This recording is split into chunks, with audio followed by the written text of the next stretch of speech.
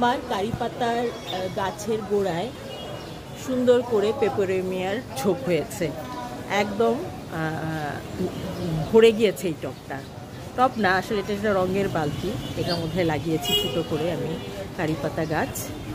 এই যে একেবারে পরিপূর্ণ হয়ে গেছে। আর যেটা হচ্ছে যে এই পেপেরোমিয়া গাছও আমি তুলে ফেলতে পারছি না, মায়া লাগছে। এই গাছগুলো তুলে আমি চিন্তা করছি একটা টবে লাগিয়ে দিব। স্ক্যান্ডিপসাস সিলভার ব্লাশ, এই যে আমার খুব প্রিয় একটি গাছ।